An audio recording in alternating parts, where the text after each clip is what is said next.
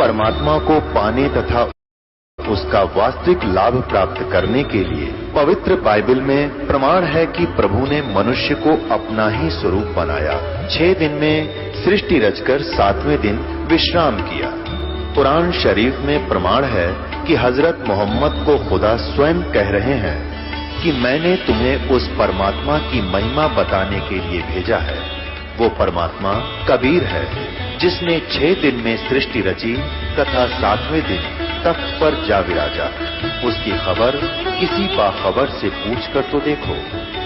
कृपया अवश्य सुनिए जगत गुरु तत्वदर्शी संत रामपाल जी महाराज के अमृत वचन। आपको दास बार बार समझाता है, दास एक जीव है, लेकिन समर्थ के संग में उस परमात्मा ने दास को अपना मान लिया और दास एक चलता फिरता पावर हाउस है, थोड़े पावर का, जो इस पूरे संसार में तो पर्याप्त है, इतनी पावर है दास को दे रखी है।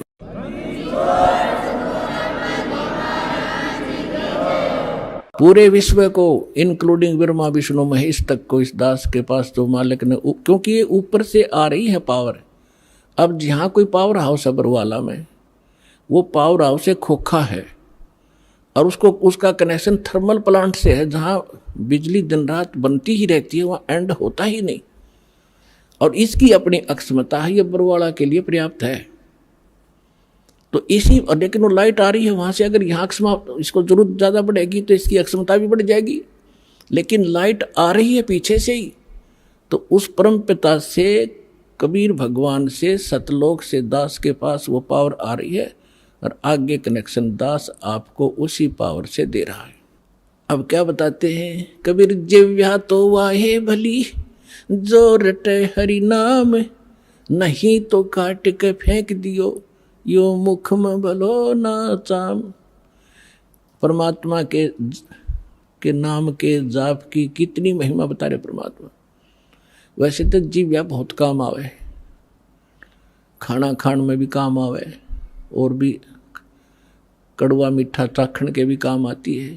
परमात्मा कहते हैं यदि इससे आपने भगवान की भक्ति और उसका गुणगान नहीं किए तो इस चाम की इसे अच्छे जगह पे मुँह तो हम सबसे उत्तम मानने हैं, इसमें कति आवश्यकता नहीं। ये जीव ना तय फिर ईसा जुल्म करेगी। कहते हैं एतय पराई आत्मा जीव बांध तलवार, या जीव तलवार का काम करेगी। कोई गरीब, एक कमज़ोर व्यक्ति को एक तगड़ा व्यक्ति, बलवान व्यक्ति कोई अपने मुख से ऐसे वचन कह देता है, अब उसके साथ ना प्रतिशोध कर सकता, ना उसको कुछ जवाब दे सकता, बैठ कर रोता है।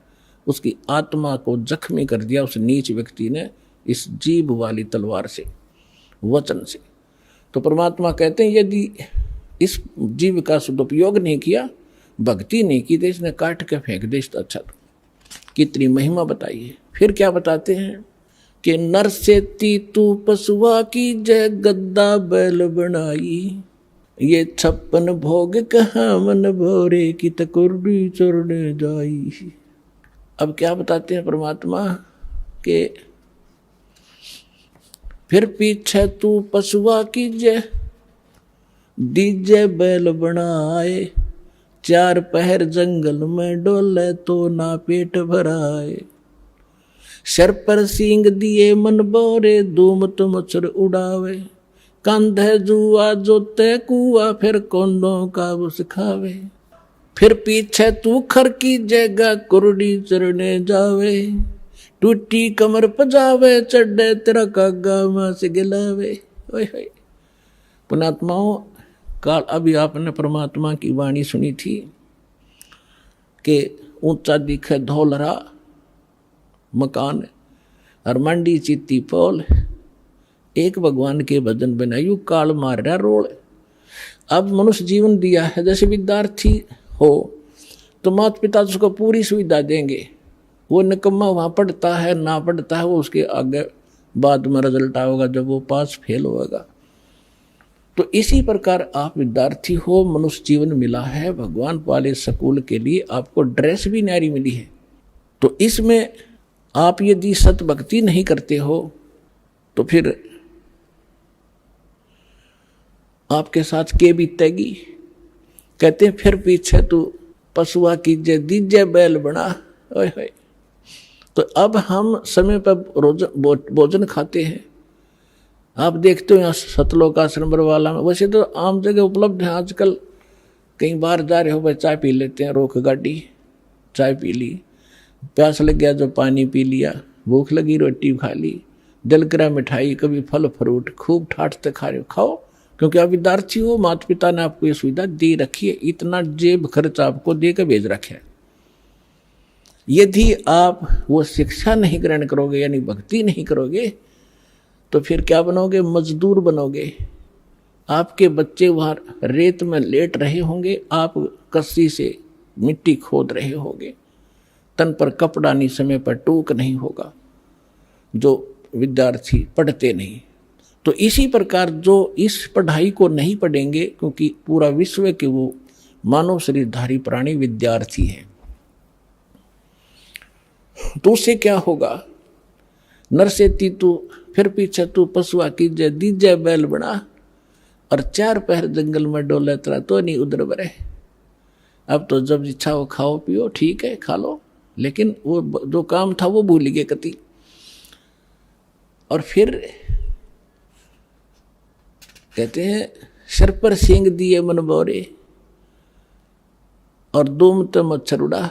अब तो हम मच्छरदानी लगा लेते हैं, ऑल आउट वगैरह ये लगा लेते हैं, और फिर के लगावांगे? बैल बने पाछे, एक पूछड़ हो गया आपके पीछे, उसने चाहे पंखा बना लियो, चाहे उसने कूलर की जगह प्रयोग कर लेना। और क्योंकि जितने भी कर्म संस्कार कमज़ोर होंगे, तो ऐसे कर्महीन प्राणी के वहाँ भी अंग भंग हो जाते हैं, वह पूछड़ भी कट जाती है कई बार बैल की, वह इतनी रहती है, उन्हें नू कराया करे, वो ना कुछ काम का है। और फिर आगे बताते हैं सिर पर सींग दिए मन बोरे, ये तेरी तोब होंगी सींग, इन्हें कुछ भी प्रयोग कर लेना इनको। और फिर क्या बताते हैं? कंद जुआ जोते कुआ।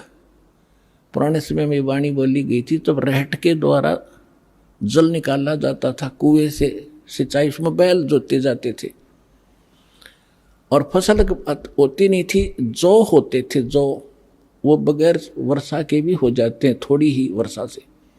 और उनका भूस इतना खराब होया करे, पशु जल्दी से खाता नहीं, कति भूखा मरता खाता उसको, और खाते समय उसके मुंह के अंदर ऐसे कांटे से चुभते हैं उस भूस के, ऐसा होता जौं का भूस, कौंद बोलते हैं उनको। और खाते आंखों पानी पड़े और भूखा मरते न खानी पड़े। तो परमात्मा कहते याद रुकती, तुम भूल गया और ना पता होते, हम बता रहे हैं, याद रखना कि कंद जुआ, और फिर जोते कुआ, और खाओगा क्या? वो भूस जो खान का भी कोई ना, वो मरते न, वो भी खाना पड़े। अपने आत्माओं इस जीव का दुरुपयोग और सदुपयोग अब करना होगा। दुरुपयोग तो करना ही नहीं, और सदुपयोग ना करने से क्या हानि होगी? दास का जन्म एक किसान परिवार में हुआ, जाट किसान के घर, और हमारे घर एक बैल था, हम छोटे छोटे जब देखा करते थे। और आली सुबह सुबह बैलों को ले जा रहा था, वक्त से किसी ने कोई कील थी इतनी लंबी लोहे की चोबा, उसके ऊपर की कैप कट गई थी, वह रिजेक्ट करके गली में फेंक दी। वह बैल के खुर में, पिछले खुरों के बीच में घुस गई। अब बैल स्पीड तो चलते चलते 2-4 कदम जल्दी जल्दी रख गया, वो अंदर ठुक गई, पैर को लंग करने लगा पैर से बैल। तो हाली ने सोचा ये वैसे को ठोकर ठाकर लगी और वो जगह ठीक वहाँ तक। तो पहले ऐसे ही जो कोई दिक्कत हो जाती, पैर बैल का लंग करता, तो अन्य बड़े सियाणे नु क्या करते, बैल को रोकना नहीं चाहिए, कोई नस पर नस चढ़ गया, ऐसे काम लेने से ही ठीक होती है, और ऐसी नस चढ़ी होती तो हो भी जाया करती थी। इस कारण से हाली ने सारा दिन उसको टेकन नहीं दिया, उसको काम ही लेता रहा, और शाम ने जब आया, शाम तक पैर सूज गया, उस पर स्वेलिंग आ गई। आते बैल बैठ गया, और लंबा पैर पसार दिया पिछला, मुंह लावे नहीं कहें कि ना खावे, आंखों से पानी पड़े। तो देखा भी इसका तो सोई ज़्यादा होगी, सुबह उठा नहीं। तो ऐसे पहले वैद्य होया करते डॉक्टरों के पुराने गांवों में। किसी ने बताया देख जाकर कि इसके घुटने पर सोई बा आ गया, बा। अब सोई चढ़ गई ऊपर घुटने ताई, वह कील लाग रही खुरों में, और ट्रीटमेंट हो रहा घुटने का, उसका पट्टी बांधे गरम गरम। अब वो बता नहीं सकता बोल के मुझे कहाँ पीड़ा है। और जब अफलातून पाक रहा था, जो सोचा था मेरी ऐसे ठाठ रहेंगे, तो परमात्मा कहते तू जाने मेरी ऐसे नहीं बहेगी, ये तो हरदम लेखा भरना रे। तो 1 महीने 20 दिन के बाद वो पैर पक्या, वह कील वाला स्थान तो नीचे खुरों में था। अब खुरों में भी हाथ उठ मार के देख लिया, उसमें कुछ ऐसी विशेष चीज उसमें दिखी नहीं ना। वह बार वो तो अंदर घुस चुकी थी सारी, पत्थर कांकर लायक के। 1 महीने के 20 दिन के बाद वो पक के उसमें रेसा निकलने लगा। जब देखा घर वालों ने नृत्य रहेगी तो भाई यहाँ समस्या है। फिर कोई बुलाया ऐसे ही, वो चमटी सी ले रहा था नकचुंडी, उसने उसको करेल के कील निकाली बार, वो तरेगी इतनी लंबी। तब वो बैल पुनः ठीक हुआ। तो पुण्यात्माओं उस दिन के बाद दास का ऐसा झटका लग गया। वो बात फिर बाद याद आने लगी, जब मालिक की वाणी पढ़ने लगे रोंगटे खड़े हो जाते हैं। अब वो ये नहीं बता पा रहा, इस जुबान से जीभ का प्रयोग नहीं कर पा रहा मुझे कहाँ दर्द है और कितनी झेली उसने उस संकट को। तो यहाँ परमात्मा कहते हैं सुखदेव ने 84 भुगती बना पजावे खरवो, तेरी क्या बुनियाद पुरानी तू पेंडा पंथ पकड़वो हो। ये सूक्ष्म वेद है, इसकी एक एक पंक्ति का एक न्यारा न्यारा अलग अलग अर्थ बनता है। अब क्या बताते हैं कि सुखदेव एक ऋषि हुए हैं, महर्षि। उन्होंने भी 84 लाख योनियों का कष्ट भोगना पड़ा। और बना पजावे खरवो, वो कुम्हार के पुजावे पर गधे की योनि उसने भी भोगी। एक समय सुखदेव जी जब उसकी दिव्य दृष्टि काम करने लगी, पीछे आगे का उसको पता लगा, तब वो खुद बता रहे थे कि एक बार में बड़ी साधनाएं की, स्वर्ग भी गया, राजा भी बना, और फिर एक समय में गधे की योनि भोग रहा था। अंधा हो गया, डंडी ने छोड़ दिया, कुमार ने 2 डंडे मारे और कर दिया चलता। मैं चलता चलता एक पगडंडी पर जाता जाता जंगल में पहुंच गया। वहाँ एक नाला था, इक्का दुक्का व्यक्ति वहाँ से आता जाता था। उस नाले के निकट जाकर मैंने सोचा जंप लगा ले, उसका मुँह फंस गया, आगे मुँह टिक गया, गर्दन और पीछे से कमर फंस गई, उसमें फैट हो गया, पुड़ी बन गया और पैर लटके नीचे। अब वहाँ किसी ने मुझे निकाला नहीं, क्योंकि सारा दिन में एक आध व्यक्ति जा उस रास्ते से, मेरी पुड़ी बना ली। 1 हफ्ता 10 दिन में भुगत का मेरा भूखा और प्यासा। अब मुझे वो सीन दिखाई देता है, मैं उठकर बैठ जाता हूँ, अपनी भक्ति करता हूँ। तो यहाँ परमात्मा कहते हैं सुखदेव ने 84 भुगती।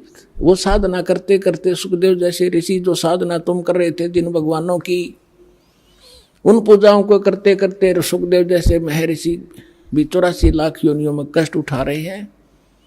और आपकी क्या अवकात है, तेरी क्या बुनियाद पुरानी। ये छोटी मोटी मंदिर में घंटी मार के और जय गणेश देवा करके तू पार हो जाएगा, या इस संकट से पार हो जाएगा। तो पेंडा पंथ पकड़े, वो पेंडा यानी मार्ग, पैडा वे ऑफ वर्शिप, पूजा का वो मार्ग, वो रास्ता ग्रहण कर। कौन सा? जो हम बताने आए हैं, जिससे तेरा यहाँ भी सुख हो और परलोक भी सुधरे। तो पुण्यात्माओं प्रसंग चला था कि हम परमात्मा से डर कर रहें और उस परमात्मा पर विश्वास करें। और उसने हमें ये सिखाना चाहते हैं कि तुम भगवान पर विश्वासी बनो। अभी आपने परमात्मा के भोग के समय परमात्मा की वाणी सुनी थी, मोकू का ढूंढे रे बंदे मैं तो तेरे पास में। सब कुछ नकारा करके क्या बताया है, कहे कबीर सुनो भी साधो, मैं तो हूँ विश्वास में। यदि आपको ये विश्वास हो गया Kabir is God, Kabir is supreme God, तो राहत भगवान देगा। और जो आपके मन में शंका संशय रहेगी तो मालिक सहारा दे नहीं पाओगा, आप केवल वर्क डन ही प्राप्त करोगे। तो उसके लिए दास का प्रयत्न रहता है कि आपके हृदय में सब शंका हटा के और परमात्मा को परमात्मा जचा दूं, और तभी आप आगे बढ़ोगे। जब आपको विश्वास हो गया कबीर इज गॉड, इसलिए रह कर ये सत्संग सुनाए जाते हैं, प्रमाण दिखाए जाते हैं, ताकि आपकी शंका जड़ कति मूल से नष्ट हो जाए, और फिर कबीर साहब रह जाएगा। आज तो हम उसको कवि समझ कर रिजेक्ट करे बैठे थे, लाल को कौड़ी समझ रहे थे और कौड़ियों की गठड़ी बांध रखी थी। 36 प्रकार के देवता पूजा करते, उनको लाल समझ गए, हम डले ढो रहे थे। परमात्मा कहते हैं चारों युग में मेरे संत पुकारे, और कूक कहा हम हेल रे, हीरे माणक मोती बरसे, ये जग सुगता डेल रे। हम चारों युगों में ये ज्ञान बताया कर चले गए, हमारा किसी ने नहीं सुना। ये पर भी लेन जात है दुनिया, हमारा ज्ञान किन्हें ना सुनिया। ये केदारनाथ पर जाकर मर गए हजारों की संख्या में, और हमारा ज्ञान किन्हें नहीं सुनिया। कितना आसान तरीका, कैसी यहाँ परमात्मा ने अपने बच्चों के लिए सुविधा दे रखी है। ये आपका पिता है, ये आपके पिता का घर है, अपने पिता के घर पर ये सुख प्राप्त हो सकते, इस पृथ्वी पर आपको मिलेंगे नहीं। तो प्रसंग चल रहा है, परमात्मा ये सिद्ध करना चाहते थे। परमेश्वर कबीर साहब जी एक झोपड़ी रहा करते थे, कपड़ा बुना करते थे, और कपड़े के बुनाई की जो मेहनताना आता था उसी से अपना परिवार पोषण करके दिखाते थे। परमात्मा का अपना कोई निजी परिवार नहीं था, उसका तो सारी सृष्टि परिवार है। उनका पत्नी नहीं थी, 2 बच्चे आपको बताया था, सत्संग में बहुत बार बताता है दास। लड़का एक लड़की, किसी की फड़क निकालने के लिए वह जीवित करे थे, और वो बच्चे फिर अपने बेटा बेटी रूप में रखे थे। 2 माता पिता थे, मुंह बोले, जन्म नहीं था उनसे मालिक का, वो निसंतान थे। कमल के फूल पर परमात्मा सतलोक से आकर विराजमान हुए थे, एक शिशु रूप धारण करके वहां से उठा ले गए थे। तो वो सब जब युवा लीला करते हुए युवा हुए तो दुल्हे का काम करने लगे, धारण कहलाए। परमात्मा कहते मात पिता मेरे कुछ नाही, ना मेरे गरदासी, हर दुल्हे का पुत्र आण को आया, जगत करे मेरी ऐसी। तो परमात्मा उस समय ये ज्ञान दिया करते थे, और साथ में ये एक रिहर्सल, एक एग्जाम्पल कोड करके चले गए कि संसार में मेरे तो निर्धन कोई नहीं हो सकता, और निर्धन होकर भी नीत साबित रखे। जैसे दास ने बताया था कि आपको यहाँ बुलाने का उद्देश्य है कि आपको सब क्रियाओं से परिचित कराऊं, परमात्मा के लाभ को प्राप्त लेने की विधि आपके हृदय में जचाऊं, ताकि आपकी नीत साबित हो, दान करने की नीत बने। और धर्म दान करे बिना उभर नहीं सकते आप। जैसे दास ने कहा था कि किसान ने फसल भी बो दी, बीज बो दिया, और खाद पानी डालिया नहीं, तो सफल नहीं हो सकता। ओनली केवल मंत्र देण मात्र थे आप सफल नहीं होगे। इसमें खाद पानी है, ये तो बीज है, मंत्र जो तीनों मंत्र है, और इसमें ये 5 यज्ञ समझो खाद पानी है। तो ये प्रॉपर डालने पड़ेंगे, जैसे दास आपको गाइडलाइन बताता है परमात्मा की बताई हुई, तब आपकी भक्ति रूपी फसल पूरी होगी। तो उसके लिए परमात्मा भी यही क्रिया कराया करते हैं। जितना मेहनताना मिलता अपने निर्वाह के योग्य रख के बाकी को भंडारा धर्म में लगा दिया करते थे। कहीं सत्संग करने लग जाते, वहाँ भंडारा कर देते थे। अब परमात्मा साथ साथ एक तत्वदर्शी संत की भूमिका भी कराया करें, वो उनके विधान में है, उनकी लीला में है।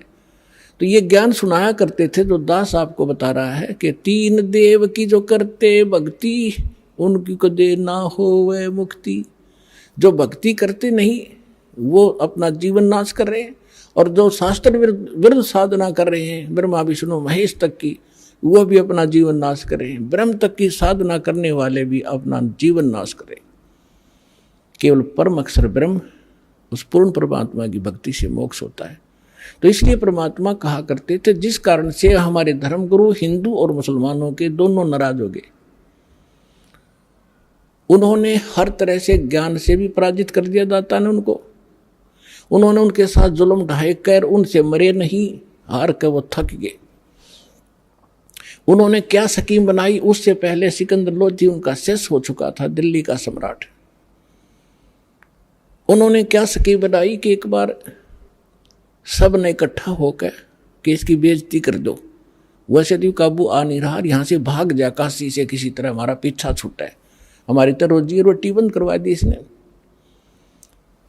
तो उन्होंने झूठी चिट्ठियां डाल दी सब आश्रम वालों के पास कि अभी कबीर नाम का एक व्यक्ति है, सेठ है, और वो काशी में रहता है इस कॉलोनी में, और ऐसे ऐसे 3 दिन तक भंडारा करेगा, सब आमंत्रित हैं। और साथ में एक और लिख दिया कि 1 असरफी यानी 10 ग्राम सोना, और साथ में 1 दोहर यानी बहुत बढ़िया कंबल टाइप होता था पहले, दौर बोले आते उससे, वो प्रत्येक खाने के बाद दक्षिणा में दी जाएगी। तो ये साधु संत बेचारे इसे पेट भर होया करते। इन सब चेले श्रृंगार लिए, चलो लुल्ला लंगड़ा था बिठा लिया गया आश्रम में जो बैठा था अंधा काना कि सारे चलो, प्रत्येक खाने के बाद 1 असरफी मिल लेगी, 1 दौर मिल लेगी, और वह अपने जो उनका हेड मुखिया उसके पास जमा होती, फिर वो चीज से उसको देते और बढ़िया भोजन मिलेगा। तो कहते हैं 18 लाख आदमी आ गए, ये साधु संत फकीर सारे, गिरी पुरी सब मंडलेश्वर। अब सुबह सुबह रविदास जी और कबीर साहब तकरीबन इकट्ठे रहते थे सारा दिन लगभग।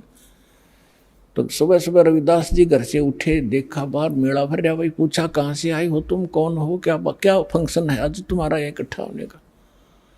तो वो बाबा लोग कहते हैं कि काशी वाले तुम कौन सी दुनिया में रहते हो, तुम्हें पता नहीं, हम इतनी दूर से आ गए कि यहाँ कबीर नाम का कोई सेठ है, और ऐसी उस कॉलोनी में रहता, दुलाहों वाली कॉलोनी के पास, नीरू का पुत्र है। उसमें पूरी डिटेल बता रहा कि कितने भ्रम रह जा किसी गए, और उसने भंडारा कर रखा है 3 दिन का, और साथ में ऐसा ऐसा लिखा है, और तुमको पता नहीं बनारस के बनारस में। अब रविदास जी तो समझ गए कि ये किसी ढीठ आदमी की बकवाद है, राज तनाश पीट दिया इसने, दुनिया आ गई निरी। रविदास जी पहुंचे परमात्मा वाली झोपड़ी में और कहने लगे, महाराज जी आज तो नाश हो गया, काशी छूटेगी। क्या हुआ बताते हैं कि किसी ने झूठी चिट्ठी लिख रखी आपके नाम तय, और न्यू लिख रखा है 18 लाख आदमी आगे हैं, और न्यू लिख रखा है कि 1 असरफी देगा, प्रत्येक खाने के बाद 1 दौर दक्षिणा मिलेगी। इस लालच में गिनती नहीं होती, इतने आ रहे हैं। परमात्मा बोले रविदास एक कुंडी लाले भीतर थे और बैठ जा, आप वहाँ जावाएं को नहीं, आप चले जाएंगे टक्कर मार के। रविदास जी बैठ के ने बोला भक्ति करे, आपत्ति में भगवान याद करना चाहिए, मैं भी माला जपू, हर तो भी बैठ जाए, आप भी बैठो। अब परमात्मा वहाँ बैठे, रविदास जी ने देखे ये माला जपे हैं, और परमात्मा पहुंचे सतलोक में। वहाँ से फोन कर दिया कि मां रहा हूँ, तैयार करो फटाफट। सतलोक से उन्हीं आत्माओं से 9 लाख तो बैल बनाए, और उनके ऊपर बना बना भोजन, जलेबी, कचौड़ी, पकौड़ी, हलवे, पूरी, वहाँ तो सदा नौका नूर है बना बनाया, और लाद के 1 सेकंड में पहुंच गए वहाँ। गंगा के परले पास से खड़े हो गया आके, दुख खुदड़ो तू बोल, और फिर गंगा से आगे आना था। वह गंगा इतनी फुल स्विम पर चल रही थी, एकदम पानी 1.5 फुट हो गया। दुनिया देखा रहा इतनी एकदम डाउनफॉल, गंगा में पहली बार देख रहे हम, जल नीचे उतर गया। तो उधर से क्या देख रहे हैं, घाट में का नर्रे बैल आने लग रहे हैं, सब देखें खड़े हो कर ये कौन आ गया। और दूसरा रूप बना लिया परमात्मा ने, और केशव नाम बताया अपना एक व्यापारी का। पहले बंजारे होते थे, बंजारे बिजनेस किया करते थे बैलों के ऊपर, जैसे गधों पर बोरे होते ऐसे बैलों पर लादा करते थे। यही ट्रांसपोर्टेशन का साधन था। आजकल तो ट्रकों से होती है, फिर बैलगाड़ियों से शुरू होगी थी, लेकिन पहले बैलों के ऊपर जंगलों में रास्ते थे नहीं, जंगलों में से निकाल ले जाते, आगे पीछे बैल लगा के जैसे ऊँट बांध लिया करें। तो उस समय ऐसे बंजारे लोग बिजनेस किया करते थे। किसी मंडी से गुड़ ले आते, उसको वहाँ बेचते जहाँ गुड़ नहीं होता था, तो उनको बंजारा बोलते थे। तो केशव नाम बताया और आके उड़ तान दिए तंबू सारे। उनमें कहते गरीबदास जी ने लिखा है कि वहाँ लड्डू और जलेबियों की नौके पूरा ढेर का ढेर पड़ा, पाड़ की पाड़ का ऊंचा ढेर न, बहुत ऊंचा। अब 18 लाख आदमी का भोजन, और कोई पतीला मुताबिक को नहीं। तंबू बिछा कर बढ़िया कपड़े नीचे और सुंदर तंबू टेंट, सुंदर ऐसे चमकीले, धूल भी ना लग गया उनके, कर दिया भंडारा शुरू। उधर से सिकंदर लोधी के पास भी चिट्ठी भेज दी, अगी उसने भगवान मान्य था, आ जाएगा देख लेगा, यू भाग्य पाओगा यहाँ से। सिकंदर लोधी शेख तकी के साथ वहाँ आ गया। वहाँ देखा तो जय जयकार हो रही, भंडारा शुरू हो गया।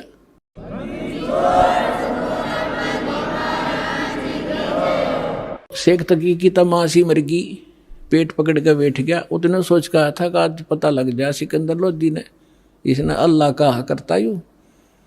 और जब देखा कि ये भंडारा कौन कर रहा, पूछा किसी से पूछा तो पता लगा कि यहाँ केशव नाम का व्यक्ति बैठा है। न्यू कहे मैं उसका पगड़ी बदल यार हूँ, गरीब कबीर का, मैं कबीर जी का पगड़ी बदल मित्र हूँ। और ये राजा ने जो पूछा कि आप कौन हो, कि केशव नाम है मेरा, आप क्या लगते हो गरीब, उसके कबीर साहब आपका क्या लगते हैं, कि मेरा मित्र है वो, पगड़ी बदल यार हूँ मैं उसका। मेरे पास भी एक चिट्ठी गई थी उनकी कि कुछ छोटा सा भंडारा करना है, कुछ सामान लेते आइएगा मित्र। अब वो शेख तकी ने कह रहा इसने छोटा भंडारा कहे, ये तो बेगन है वह। फिर तो वहीं बैठ गया। फिर सिकंदर लोधी ने तो दर्शन करने थे अपने परम पिता के, तो उससे पूछा कि भगवान कहाँ है, कबीर साहब कहाँ है। केशव से पूछा। केशव ने कहा उनका दास जो बैठा है, उनको क्या आवश्यकता आने की, मौज है, आएंगे जब आ जाएंगे, मर्जी के मालिक है वो। तो सिकंदर लोधी ने सोचा भाई इतनी दूर आया हूँ, पहले दर्शन करूं। उनकी झोंपड़ी पता करके वहां पहुंचे।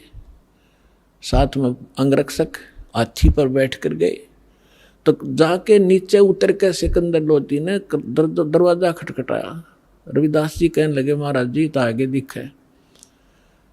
वो आगे दिखे, वहां से चलकर ढूंढ ली झोंपड़ी अपनी। कबीर साहब बोले बोला मत, पिटन दे कवाड़े ने। तब सिकंदर लोधी ने कहा कि हे भगवान, हे अल्लाह के रूप, दरवाजा खोलो।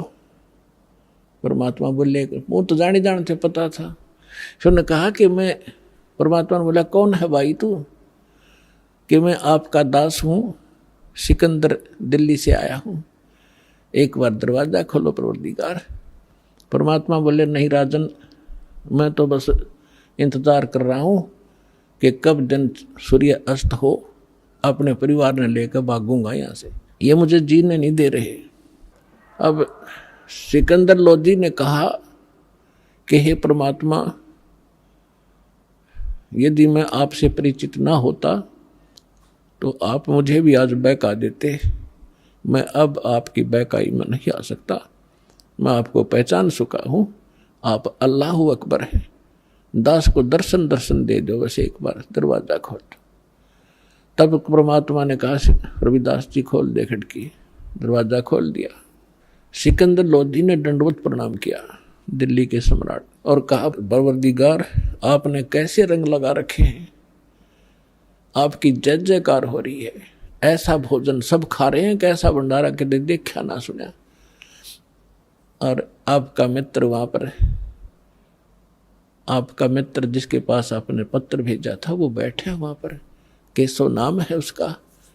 परमात्मा तो वो तो खुद वहां भी बैठे, दो उठौड़ है, एक तू भया एक से दो।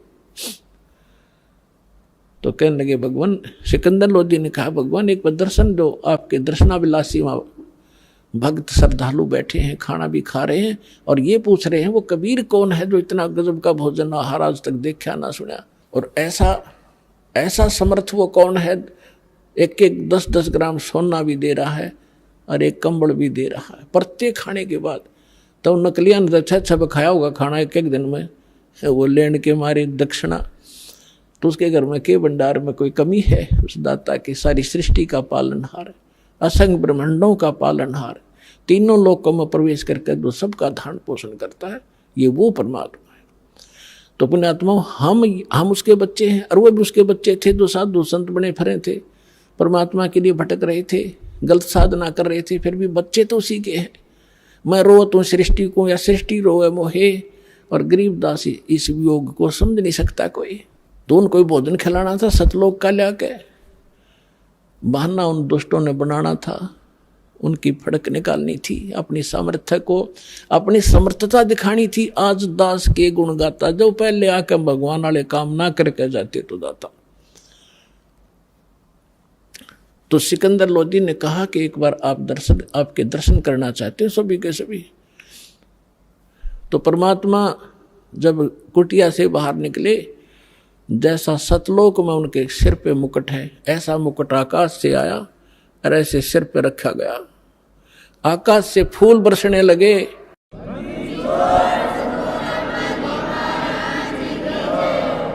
सुंदर मनोहर मुकुट पहन के परमात्मा, और ऊपर से आकाश से फूल बरसने लगे परमात्मा के ऊपर। सिकंदर लोधी ने अपने हाथी पर बैठाया, अपनी अंबारी में, साथ में रविदास जी। कबीर साहब बोले आजा भाई मित्र तो भी। वो और रविदास जी चंवर कर रहे थे पहले। सिकंदर लोधी ने कहा भगत जी आप तो डेली सेवा करते हो, दास को भी दे दो।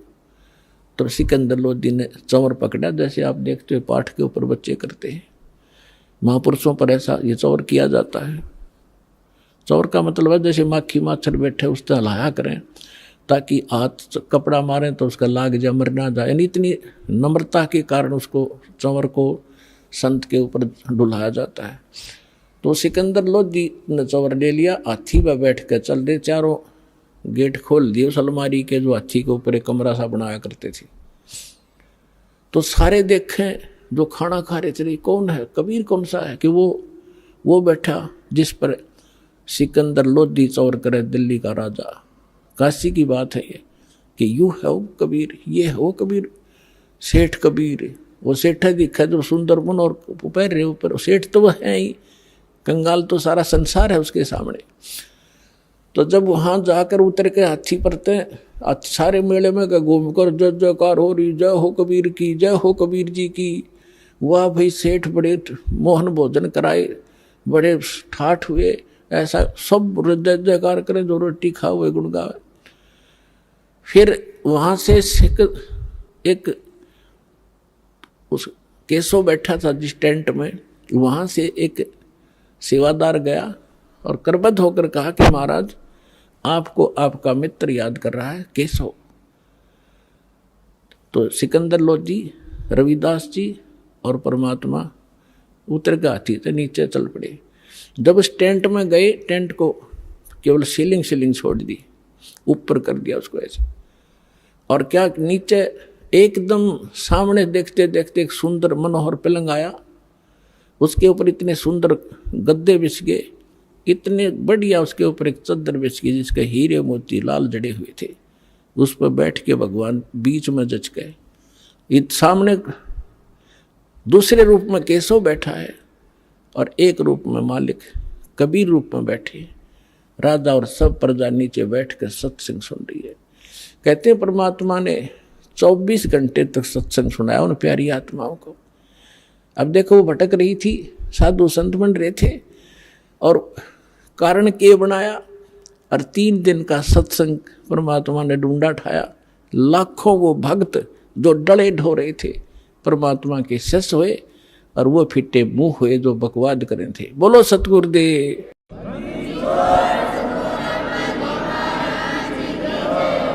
ये बहुत लंबी वार्ता है, कभी फिर समय आने पर।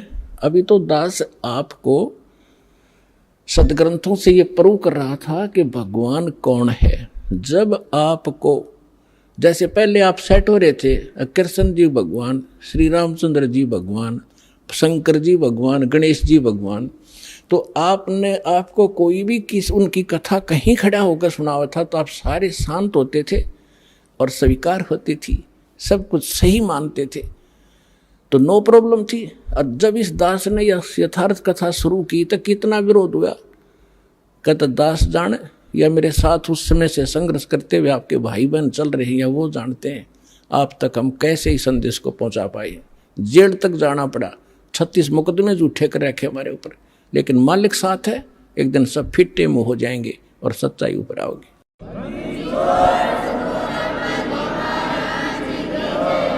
तो एक बार आपके हृदय में जब ये पक्की हो जाएगी पूरे विश्व के कबीर रीजगोड, फिर ये कथा सुनाया करूंगा और वो अमृतवाणी सुनाया करूंगा जो हृदय में जाकर लगेगी प्रत्येक प्राणी के। अभी इतना समय नहीं मिलता क्योंकि इसमें बहुत प्रकार के पॉइंट भी बताने पड़ते हैं, फाउल पॉइंट भी बताने पड़ते हैं, और पहली कक्षा का बालक भी पहले दिन आता उस वाला भी सत्संग साथ सुनाना पड़ता है। तो जिस करके ये थोड़ा सा समय कम मिलता है। फिर क्या होता है, शेख तकी कहते हैं नीच आत्मा तो नीचे भाषा रखता है। अब कई बार क्या कहते हैं, जो घना निकम्मा आदमी होता है वो किसी की बड़ाई नहीं कर सकता, नीच व्यक्ति बुराई तो कर सकता है। एक तो होता है यज्ञ जोनार, यज्ञ करते हैं जो बड़ी खुशी में, किसी का लड़का हो गया घने वर्षों के बाद, उसके कहते हैं यज्ञ करी उसने जग, और भाई दिल खोल का पैसा लाया उसके दादा ने, इतना घी और जलेबी और लड्डू सारे, उसको कहते हैं खुशी में की हुई जगजोनार। और एक होता महोत्सा, महोत्सा वो होता है जैसे किसी ने बता दिया कि तुम्हारे पिता का मर गया, दादा या पिता, उसका तुम ऐसा करना पड़ेगा, इतने कपड़े और इतने पंडित जमाने पड़ेंगे, तो उसमें वो दुखी से होकर फॉर्मेलिटी से कराया करें। 10 ब्राह्मण जमाने हैं, 10 के अंगूठे से टूटे फूटे से लिया करें, कति बिल्कुल सस्ते से, उनके उतने जूते और कपड़े वो फॉर्मेलिटी करते हैं, उसको कहा करें महोत्सा, जो कति दिल तोड़ के काम कराया जा। तो यहाँ शेख तकी क्या कहता है कि इसे भंडारे हम 100 कर दें, इसने क्या नाराय कर दिया। तो इतनी जब उसने बात कही, कहते हैं पहले तो बहुत जुल्म किए थे उसने काफ़ी वर्षों तक, वो फाइनल बकवाद थी उसकी। उस दिन वो गूंगा भी हो गया और बहरा भी हो गया वो शेख तकी। तो यहाँ गरीबदास जी कहते हैं कोई कहे जगजोनार करी और कोई कहे महोत्सा, और बड़े बड़ाई करा करें गाड़ी काटे ओछा। तो उस समय परमात्मा ने कहा कि भाई ठीक है केशव, धन्यवाद आपका, आपने मेरी इज्जत रखी। केशव कहते हैं हे भगवान शर्मिंदा ना करो, आप तो सारी सृष्टि के पालनहार हो, ये जनता के समझे तो बालक है, इनका बुद्धि को नहीं जो आपने पहचान ले। तब केशव ने कहा भी ठीक है भगतो, ला दिलो सारे टेंट वेंट, 5 मिनट में धर लिए ठाके बेलना पर, चलो मैं आ रहा हूँ। जब वापस गंगा से निकलने लगी, वह गंगा फिर इतना ही पानी हो गया 1.5 फुट, और सारे बैल और बंजारे जब निकल गए जो वहाँ से आए हुए थे, 9 लाख बैल और इतने बंजारे सतलोक के भगता रहे थे अंश। तो गरीबदास जी ने कहा कि वो बैल जब चलने थे ना पृथ्वी पर, और वो बंजारे 1 फुट पृथ्वी से ऊपर रहे थे उनके कदम, या उनका समझ में नहीं आया ये न्यू के ऊपर चल रहे हैं। इतनी बुद्धि तो खान पे लाग रहे थे, उन्हें क्या जरूरत थी कि देखने की कौन के ऊपर चल रहा है। तो उसी समय बैल पार हो गए गंगा। सिकंदर लोधी ने कहा कि जाओ केशव, आपका काफिला जा चुका है, दूर जा लिया होगा। न्यू खड़े होकर देखा पटरी पर चढ़ के, वहां कोई परले पार कोई बैल नहीं, कोई बंजारा नहीं। तो सब असमंजस में हो गया सिकंदर लोधी की, कहाँ गए वो सारे, तो 9 लाख बैल कोई नूता नहीं कि थे कूण में वर्ष के आड़ में छप जाएंगे, वो तो पूरे कई किलोमीटर तक दिखाई देने थे। इतना सोच ही रहा था तो कबीर साहब कहने लगे चले गए जहां से आए थे। उधर से वो केसो उनके सामने दूसरा रूप परमात्मा के अंदर समा गया, एक कबीर साहब रह गए। बोलो सतगुरुदेव। तो परमात्मा कहते हैं कल्पे कारण कौन है, कर सेवा निकाम, और मन इच्छा फल दूंगा जो पड़े मेरे तक काम, पड़े धनी से काम। परमात्मा कहते हैं साईं इतना दीजियो जा मैं कुटुंब समावे, हम भी भूखे न रहे अतिथि न भूखा जावे। भगवान से मांगने का तरीका बताया परमात्मा ने कि घना मत मांगया करो, इतना मांगो कि परमात्मा हम भी भूखे ना रहे और द्वार पर कोई अतिथि आ जाओ भूखा ना जा, इतना जरूर दास को देना। तो ये परमात्मा ने उदाहरण दिया है कि तुम मेरे की तरह नो विश्वास करो उस मालिक पे, और तू कर सेवा निकाम, निष्काम भाव से पूजा कर और दान धर्म करता रहे। जब कभी कोई आपत्ति आवेगी, जब देखना मेरे हाथा बदर लूंगा अपने बच्चे को, सारा संसार देखता रह जाएगा।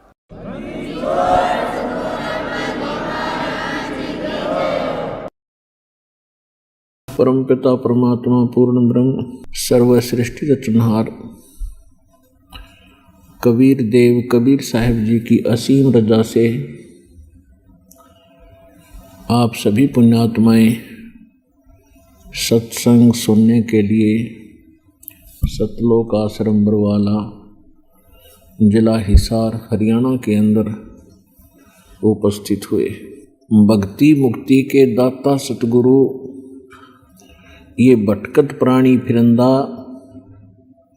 उस साहिब के हुक्म बिना नहीं तरवर पात हिलंदा। ये संसार, ये भक्तात्माएं मोक्ष मुक्ति के लिए बहुत से स्थानों पर जाते हैं, बहुत से संतों से संपर्क साधते हैं, दीक्षा लेते हैं, उनके विचार ज्ञान सुनते हैं। जिज्ञासु होते हैं और उनको जैसा भी कोई गुरु संत मिलता है, वो जैसा भी ज्ञान उसे बता देता है, वो उसको सत्य मानकर उनके द्वारा दिए गए सभी आध्यात्मिक क्रियाओं को करते रहते हैं। जब तक सतगुरु नहीं मिलते तब तक ये प्राणी मोक्ष प्राप्ति नहीं कर सकते और इस संसार के अंदर भी अपने दैनिक जीवन में भी कोई सुख अनुभव नहीं कर सकते। इसलिए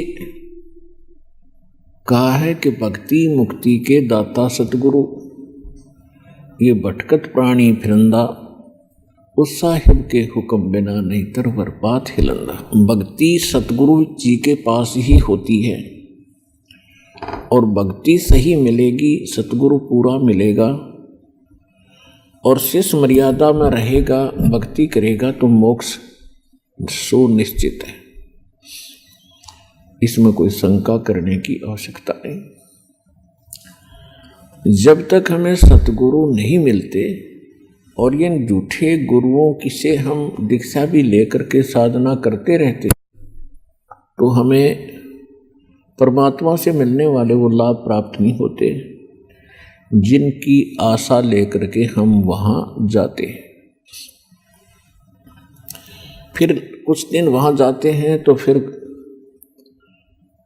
मन में आता है कि कोई लाभ नहीं हो रहा, तो कोई दूसरा व्यक्ति बता देता है कि मैं वहाँ जाता हूँ, वहाँ से ऐसे बहुत से लाभ होते हैं। फिर वो वहाँ जाना शुरू कर देता है, वहाँ से भी कुछ राहत नहीं मिलती है तो फिर वो नास्तिक हो जाता है। ये सोच लेता है कि कोई भगवान नहीं और किसी के पास कोई ज्ञान नहीं, या तो वो उस कष्ट में मर ही जाता है या फिर नास्तिक होकर अपनी ही सूझबूझ से वो धनी होने की चेष्टा करता है, चोरी करने लगता है, रिश्वत लेता है, मिलावट करता है और ज़्यादा कर्म बिगाड़ लेता है। तो परमात्मा ने स्वयं आकर के एक सतगुरु की भूमिका की और उन्होंने ये यथार्थ ज्ञान, यथार्थ भक्ति विधि और सभी क्रियाएं बताई और सभी परहेज बताए, जो मर्यादाएं हमें रखनी अनिवार्य हैं एक भक्त को, तो वो सभी मर्यादाएं भी परमात्मा ने ही बताई। तो सतगुरु परमात्मा ही होता है या फिर परमात्मा का कृपा पात्र कोई संत विश्व में एकाध ही होता है? वर्तमान में एक ही होता है, विश्व में दो सतगुरु नहीं होते।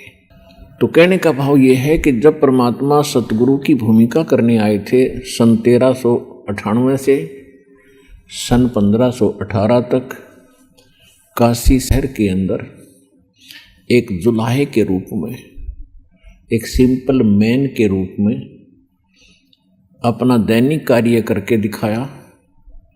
एक कृत्रिम परिवार था, कृत्रिम बनावटी। वो कैसा था कि परमात्मा सतलोक के अंदर रहते हैं। सतलोक वो स्थान है जिसको गीता अध्याय नंबर 18 के श्लोक नंबर 62 में कहा है कि अर्जुन, तू सर्वभाव से उस परमेश्वर की शरण में जा, उसकी कृपा से ही तू परम शांति को और शाश्वतम स्थानम यानी सनातन परम धाम को प्राप्त होगा। गीता ज्ञानदाता अपने से अन्य किसी परमेश्वर की शरण में जाने को कह रहा है। तो वो परमेश्वर सतलोक में, शाश्वत स्थान में, सनातन परम धाम में रहता है और वहां से वो चलकर आता है यहाँ संसार के अंदर अपनी ही जानकारी वो स्वयं बताने के लिए। तो इस लीला अनुसार परमात्मा सन 1398 में बनारस यानी काशी शहर के बाहर एक तालाब था, उसका नाम है लहर तारा तालाब। उसके अंदर कमल के फूल के ऊपर आकर विराजमान हुए, एक नवजात शिशु का रूप धारण किया। वहां से एक नीरू नीमा नाम के जुलाहा दंपत्ति थे, उनका कोई संतान नहीं थी। वो प्रतिदिन स्नान के लिए वहां जाया करते थे। जून का महीना था, पूर्णमासी का दिन, सुबह ब्रह्म मुहूर्त में वहां जब वो स्नान करने के लिए गए तो परमात्मा को वहां कमल के फूल पर एक बालक के रूप में उन्होंने प्राप्त किया, घर ले आए। परमात्मा ने 25 दिन तक कुछ भी आहार नहीं किया। माता पिता जो मुंह बोले माता पिता थे, यानी कृत्रिम परिवार था उनका, वो चिंतित हुए। फिर परमेश्वर की कृपा हुई, उनको प्रेरणा हुई और एक कुंवारी गाय लाई गई। कुंवारी गाय ने दूध दिया। उस कुंवारी गाय का दूध परमात्मा पिया करते थे बालक रूप में। ऋग्वेद मंडल नंबर 9 सूक्त नंबर 1 मंत्र 9 में यह प्रमाण है कि परमात्मा जब शिशु रूप धारण करके एक लीला करने आते हैं, उस समय उनकी परवरिश की लीला कुंवारी गायों के द्वारा होती है। और कबीर सागर के अंदर, ज्ञान सागर में यह प्रमाणित है कि परमात्मा 25 दिन तक कुछ आहार किया नहीं और तब उनको कुंवारी गाय उनके सामने लाई गई। कुंवारी गाय ने दूध दिया, उस दूध को परमात्मा पिया करते थे। एक तो ये सिद्ध होता जा रहा है कि हु इज गॉड, परमात्मा है कौन। जो वेदों को हम सत्य मानते हैं, वेद परमात्मा की महिमा से युक्त हैं, परमात्मा के गुणगान ही वेदों के अंदर लिखा गया है, भगवान का विधान बताया गया है। परमात्मा कैसी लीला करता है, कैसा है, कहाँ रहता है, उसके मिलने की विधि क्या है, ये हमारे सदग्रंथों में प्रमाणित है, विद्यमान है। तो उन्हीं सदग्रंथों से आज ये निष्कर्ष निकल रहा है, ये सच सामने आ रही है कि परमात्मा साकार है। आइए अब हम उन श्रद्धालुओं के अनुभव जानते हैं जो जगत गुरु तत्वदर्शी संत रामपाल जी महाराज जी से दीक्षा प्राप्त कर चुके हैं तथा उनके द्वारा बताए गए भक्ति मार्ग पर चल रहे हैं। नमस्कार सर, नमस्कार सर। सर क्या नाम है आपका? राहुल चौरसिया। सर कहाँ के रहने वाले हैं आप? मैं मध्य प्रदेश के इंदौर शहर से हूँ। सर संत रामपाल जी महाराज से नाम दीक्षा आपने कब ली? सदगुरु रामपाल जी महाराज से नाम दीक्षा 22 मई 2015 को ली थी। सर संत रामपाल जी महाराज से नाम दीक्षा लेने से पहले क्या आप कोई भक्ति साधना भी करते थे? संत रामपाल जी महाराज की शरण में आने से पहले मैं बजरंग बली की बहुत भक्ति करता था। मैं उन्हीं को अपना इष्ट देव मानता था और भोलेनाथ को भी बहुत भक्ति करता था मैं। और जिसे किसी ने मुझे बताया था कि दरगाह पर जाने से ही बहुत लाभ प्राप्त होता था, मैं वहाँ पर भी गया था। ऐसे अन्य देवता की भक्ति में बहुत करता था। तो फिर संत रामपाल जी महाराज की शरण में आप कैसे आए? संत रामपाल जी की शरण में सर मैं इस तरह आया कि मेरे एक मित्र थे, मेरे साथ में काम करते थे। उनके भी आर्थिक बहुत ख़राब थी, उन पर 15 लाख रुपए का कर्जा था। लेकिन उनको भी क्या है, किसी तरह से ज्ञान प्राप्त हुआ मालिक का। जब मैंने उनको भी देखा कि जब उन पर इतना बड़ा कर्जा था उन पर, और उनको भी संत रामपाल जी महाराज का ज्ञान प्राप्त हुआ, उनकी दी हुई भक्ति कर रहे हैं, तो उनसे धीरे धीरे उनकी आर्थिक सुधरी, उनका सारा कर्जा भी, मतलब जो उनको इतना परेशान करते थे, सब चीज़ सारी समस्या का समाधान हो गया। तो मुझे लगा कि नहीं, अपन जो भक्ति कर रहे हैं वो शास्त्र के अनुसार नहीं जो उन्होंने बताई थी। मुझे उन्होंने किताब दी थी ज्ञान गंगा पुस्तक पढ़ने के बाद मुझे मालूम पड़ा कि हम जो भक्ति साधना कर रहे हैं वो शास्त्रों के अनुसार नहीं है। मैंने वो पुस्तक ज्ञान गंगा पढ़ी और उन्होंने बताया था कि संत रामपाल जी की सत्संग सुनिए। जब मैंने संत रामपाल जी महाराज का सत्संग सुना, सत्संग सुनने के बाद मुझे लगा कि ये बिल्कुल सही भक्ति बताई उन्होंने, सारे प्रमाण दिए। क्योंकि बताया गया कि वो भगवान जो अविनाशी है, जिसका विनाश नहीं होता, जो सशरीरी है। अगर हम सशरीरी तो हमारा को पैदा करने वाला पिता भी सशरीर होना चाहिए। इसमें हमको प्रमाण मिला। संत रामपाल जी महाराज ने चारों वेदों में बताया कि कबीर ही भगवान है। उन्होंने कुरान शरीफ को खोल के बताया, सूरत बुरगानी 25 की आयत 52 में बताया कि वो अल्लाह कबीर है। उसके बाद संत रामपाल जी महाराज ने बताया, बाइबल में भी प्रमाण दिया, जिन्होंने 6 दिन में सृष्टि रची वो सशरीरी भगवान वो कबीर है। उसके बाद गुरु ग्रंथ साहिब बताया। ऐसे सारे सदग्रंथों में जब हमने देखा तो मुझे पूरा विश्वास हुआ कि यही सत भक्ति है। यही भक्ति मेरे मित्र भी संत रामपाल जी महाराज नाम लेकर करी, तो उनको भी सारा लाभ प्राप्त हुए, उनके सारे परेशानियों का समाधान हुआ। फिर मैंने भी ये ज्ञान समझ कर संत रामपाल जी महाराज से नाम दीक्षा ली। सर संत रामपाल जी महाराज से नाम दीक्षा लेने के बाद क्या आपको कोई लाभ भी प्राप्त हुए? जी भगत जी, मुझे भी संत रामपाल जी महाराज से नाम दीक्षा लेने के बाद बहुत लाभ प्राप्त हुए। सबसे पहला लाभ तो ये हुआ कि मेरा मानव जीवन बहुत सुधरा। मैं बहुत बुरी संगत में लगा था, लेकिन मेरा मानव जीवन सुधरा। उसके बाद हमारे घर में भी बहुत परेशानियां चल रही थी, वो परेशानी भी दूर हुई है। मुझे जीने की नई राह मिली है। और भगत जी, सबसे बड़ा लाभ तो मुझे ये हुआ कि मुझे पथरी की बहुत गंभीर बीमारी थी। वो समस्या ऐसी थी कि भगत जी मैं रोज़ तड़पता था। मेरी मम्मी मुझे देखती थी कि इतना तड़पता है। हर जगह इलाज करा है हमने। हम डॉक्टर के पास भी गए, डॉक्टर ने मुझे कहा कि सोनोग्राफी करवाई तो उसमें 9 mm की पथरी निकली थी, तो शायद थोड़ी बड़ी भी थी वो। अरविंदो हॉस्पिटल में उन्होंने हमको भेजा। अरविंदो हॉस्पिटल गए, वहाँ पे भी ये जो बताया। दूसरे डॉक्टर के पास भी गए, हम सर्जन के पास भी गए जो हमारे फैमिली सर्जन थे। उन्होंने भी बोला कि रिपोर्ट देखने के बाद उन्होंने भी बोला कि आपको पथरी है, और अगर इसमें ऑपरेशन नहीं करवाया तो डॉक्टर किडनी निकाल के आपके हाथ में दे देगा, क्योंकि आपकी पथरी की समस्या बहुत बढ़ती जा रही। उस समय स्थिति ऐसी नहीं थी कि हम पथरी का इलाज करवा सकते थे, लेकिन फिर भी हिम्मत करके डॉक्टर के पास गए। तो डॉक्टर ने कहा था कि अगर आपका इलाज पथरी अगर हम सर्जरी करके निकाल भी देते तो कम से कम 2 से 3 महीने आपको आराम करना होगा, उसके बाद आपको परहेज बहुत करने होंगे। सर जी, जब मुझे पथरी हुई थी तो डॉक्टर ने मुझे परहेज बताए थे कि आपको ये कोई भी बीज वाली सब्जी नहीं खानी है, कोई भी बाहर का खाना है, तला गला कुछ भी नहीं खाना है। तो भगत जी 1.5 साल तक तो मैंने उबली हुई दालें खाई थी, इतनी समस्या थी। सदगुरु रामपाल जी महाराज की शरण में आने के बाद जो उनकी भक्ति शास्त्र अनुसार जो भक्ति साधना मुझे बताई थी, वो भक्ति करने से मुझे बहुत लाभ हुआ। सबसे पहली बात तो सर, मुझे मेरा जो पथरी का जो दर्द हमेशा आकाश में कभी भी उठ सकता था, वो खत्म हुआ। बाद में मैंने एक बार रिपोर्ट करवाई, मेरी इच्छा हुई कि मैंने कहा चलो एक बार जाँच करवा के देखते हैं अपन। जाँच करवाई तो उसमें भी बिल्कुल पथरी मेरी नॉर्मल थी। और आज तक भगत जी अब देखिए, जब से मैं उनकी शरण में आया सदगुरु रामपाल जी महाराज की, तो मुझे कोई परेशानी नहीं। मैं साफ खाना खाता हूँ, मेरा जीवन सुधर गया पूरा। मेरा जीवन नरक के समान हो गया था। मैं जी के मरता था, मैं रोज़ मरता था, लेकिन मालिक के दया, सदगुरु रामपाल जी महाराज की दया से आज मैं आपके सामने स्वस्थ हूँ। आज सब कुछ खाता हूँ मैं, और आज मेरे ऊपर से शारीरिक मानसिक आर्थिक कोई भी परेशानी नहीं है। और आज मेरे परिवार भी बहुत सुखी है। मेरे साथ में रिपोर्ट भी लाया हूँ, जो मैंने सन 2007 में मैंने पथरी की जो जाँच करवाई थी, वो जाँच की रिपोर्ट भी आप देख सकते हैं। जब मैंने पहली बार मैंने जब सोनोग्राफी करवाई थी, तो उसमें बताया गया था कि आपको 9 mm की पथरी है, वो भी किडनी लेफ्ट साइड में किडनी में है। और अगर ऑपरेशन नहीं करवाया तो आपकी किडनी कभी भी निकाल दी जाएगी, क्योंकि वो पथरी धीरे धीरे अंदर बढ़ती जा रही है। सदगुरु संत रामपाल जी महाराज के शरण में आने के बाद मैं जो उनकी दी हुई शास्त्र अनुसार भक्ति कर रहा था। शास्त्र के अनुसार जो साधना उन्होंने बताई थी वो मैं भक्ति कर रहा था। भक्ति करते करते मेरी किडनी, उसकी जो पथरी की समस्या थी वो भी दूर हुई। आज मैं बिल्कुल स्वस्थ हूँ, सब कुछ खाता हूँ, पीता हूँ, सारे काम करता हूँ मैं, मुझे किसी तरह की कोई समस्या नहीं हुई।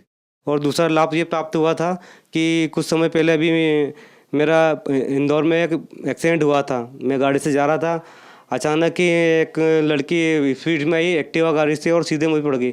2 मिनट के लिए सर मुझे बिल्कुल होश नहीं आया था। और सबसे बड़ी चीज़ तो ये है कि मेरे पीछे जो मेरे सर गाड़ी पे बैठे थे वो पूरे एक्सीडेंटल थे, उनकी पूरी बॉडी में स्टैंड डले हुए थे। और जैसे ही मैं उठा तो मेरे को सबसे उठते से मेरे को ये फिक्र थी कि मेरे सर को क्या हुआ होगा। जब मैंने देखा उठ के तो सर आराम से खड़े हो, फ़ोन पर बात कर रहे, तो मेरे को मालिक का धन्यवाद बनाया। सबसे पहली बात तो मेरे को एक्सीडेंट हुआ तो मुझे जरा सी खरोच भी नहीं आई थी। वो जो लड़की मेरे से ठुकाई थी उसको भी खरोच नहीं आई बिल्कुल भी। और जो मेरे सर मेरे पीछे गाड़ी में बैठे थे वो पूरे एक्सीडेंटल थे, उनकी पूरी बॉडी में ऑपरेशन हुआ था, पूरी बॉडी में उनके स्टैंड डले हुए थे, उनको भी कोई हानि नहीं हुई। तो मैं बहुत बहुत धन्यवाद देता हूँ संत रामपाल जी महाराज का कि उनके द्वारा ही मेरा इतनी बड़ी समस्या, मतलब मेरा समझो कि मेरा नया जीवन हुआ। नहीं तो उस समय मेरी मौत निश्चित थी। और आज मेरे माँ बाप है ना मुझे देख नहीं पाते, लेकिन मालिक के सदगुरु रामपाल जी महाराज की दया से इतना बड़ा लाभ प्राप्त हुआ कि मेरा नया जीवन में ना। और सर जी मुझे दूसरा लाभ प्राप्त ये हुआ है कि मेरी मम्मी को क्या है, शुगर की प्रॉब्लम थी। धीरे धीरे शुगर अंदर बढ़ गई। एक बार मेरी मम्मी, हम शादी में गए हुए थे बाहर, तो वहाँ पे अचानक एकदम शुगर बढ़ गई थी। हम वहाँ से जब रास्ते में इंदौर आते आते ट्रेन में बहुत भयंकर शुगर बढ़ गई थी। उनको यहाँ आते थे भर्ती कराना पड़ा। भर्ती कराने के बाद उनको 3-4 दिन भर्ती कराने के बाद भी सर उनको सबसे बड़ी चीज़ तो ये थी कि उस समय हमारी इतनी वो स्थिति अच्छी नहीं थी कि हम इतना वो अफोर्ड कर सकते हैं। लेकिन संत रामपाल जी महाराज ने जो भक्ति बताई वो करते करते ही हॉस्पिटल में था, वहाँ पे भी मालिक को रोज़ याद करता था। सदगुरु जी रामपाल जी महाराज को रोज़ याद करता था कि हम मालिक आप इस समस्या से मुक्ति बनाओ। मैं तो 2 कौड़ी का जीव हूँ, मेरे पास तो कुछ भी नहीं है मालिक, मेरे पास जो भी कर सकते हो आप ही कर सकते हैं। लेकिन संत रामपाल जी महाराज की दया से आज मेरी मम्मी बिल्कुल स्वस्थ है और उनको शुगर की वजह से कोई प्रॉब्लम नहीं है। सिर्फ नॉर्मली जरा से गोली दवाई खाते जो रेगुलर होती है, बाकी कोई समस्या नहीं उनको। उनकी शुगर बिल्कुल हमेशा नॉर्मल रहती है और बिल्कुल स्वस्थ है वो। सर जी मुझे एक लाभ और प्राप्त हुआ था कि अचानक एक दिन मेरे पापा को हार्ट की प्रॉब्लम हुई थी, सीने में दर्द हो रहा था, तो उनको भर्ती किया गया था अस्पताल में। उस समय भी मैं बाहर था, मैं कहीं बाहर काम से गया हुआ था। वहाँ मुझे बताया गया कि उनको भर्ती करना पड़ेगा। मैंने वही सदगुरु रामपाल जी महाराज से मैंने प्रार्थना करी कि हे गुरुजी मैं तो यहाँ हूँ ही नहीं। और वहाँ पे भी मेरे पापा को ऐसा अटैक आया। और दूसरी चीज़ थी कि भगत जी उस समय ऐसी कोई व्यवस्था भी नहीं थी पैसों की भी, तो मेरे को बहुत फिक्र हो रही थी। लेकिन मैंने सदगुरु रामपाल जी महाराज से वहीं से मैंने प्रार्थना करी, मैं दंडवत प्रणाम करके मैंने प्रार्थना करी कि हे गुरुजी अब आप ही दया करना। जैसे ही मैं इंदौर पहुँचा तो यहाँ पे पापा भर्ती थे और हमारे पास कोई पैसे की व्यवस्था नहीं थी और हम सिर्फ इलाज करने गए थे। लेकिन डॉक्टर ने ऑपरेशन का बताया था। ऑपरेशन भी था कि हार्ट में ब्लॉकेज थे और स्टेंट डालना था उनको। उस समय मैं बहुत डर गया था उस समय। लेकिन सर रामपाल जी महाराज की इतनी दया हुई कि वो उनका जो मेजर ऑपरेशन था वो नॉर्मल ऑपरेशन हुआ, सिर्फ हल्का था कि छोटा सा स्टेंट डाला। उसके बाद हमारे को पैसे की व्यवस्था नहीं थी, पैसे की व्यवस्था भी हो गई। सदगुरु रामपाल जी महाराज ने खूब दया करी और नॉर्मल आप घर आ गए। मेरे पापा भी अभी स्वस्थ है बिल्कुल और सदगुरु रामपाल जी महाराज की बहुत दया हुई हमारे पे। सर संत रामपाल जी महाराज से नाम दीक्षा लेने के बाद आपको बहुत सारे लाभ प्राप्त हुए, आपकी आर्थिक स्थिति ठीक हुई। तो जो समाज आज आपको देख रहा है आप उन्हें क्या संदेश देना चाह रहे हैं? संदेश तो मैं क्या दूँ, मैं तो 2 कौड़ी का जीव हूँ। मैं तो सभी मेरे भगत भाई माता बहनों सबसे मैं यही प्रार्थना करूँगा कि ये मानव जन्म दुर्लभ है, ये मिले ना बारंबार। और तरवर से पत्ता टूट गया ये भौर न लगेगा। ये मानव जन्म बहुत दुर्लभ है। हमको मानव जन्म इसी मिला कि हम सद्भक्ति कर सके। हम 84 लाख योनि भोगने के बाद हमें इंसान की योनि मिली। और सदगुरु रामपाल जी महाराज हमें शास्त्र अनुसार साधना बताते हैं। ये वो साधना है जिसके द्वारा हमारा मानव जीवन सुधरेगा। सदगुरु रामपाल जी महाराज की दी हुई भक्ति करने के बाद हम 84 लाख योनि से बच जाएंगे और हमें सतलोक का मार्ग मिलेगा। सर संत रामपाल जी महाराज की शरण में कैसे आ सकते हैं? सर संत रामपाल जी महाराज से नाम दीक्षा ले सकते हैं। चैनल पे एक सत्संग आता है, सत्संग के नीचे एक पट्टी चलती रहती है, उसमें पट्टी पर नंबर आते हैं। उन्हीं नंबर पे फ़ोन लगा के आप जहाँ पे भी आपके निकटतम सेंटर है वहाँ की जानकारी ले सकते हैं और वहाँ से आप संत रामपाल जी महाराज से नाम दीक्षा ले सकते हैं। धन्यवाद सर। धन्यवाद।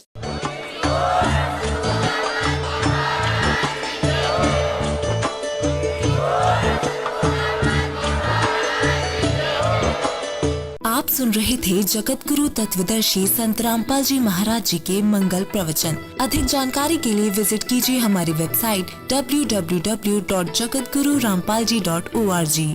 संत रामपाल जी महाराज जी के शुभ आशीर्वाद से पूरे विश्व भर में 500 से भी ज्यादा नाम दीक्षा केंद्र हैं, जिन पर संत रामपाल जी महाराज जी द्वारा ऑनलाइन निशुल्क नाम दीक्षा दी जा रही है। अपने नजदीकी नाम दीक्षा केंद्र का पता करने के लिए संपर्क करें 8222880541।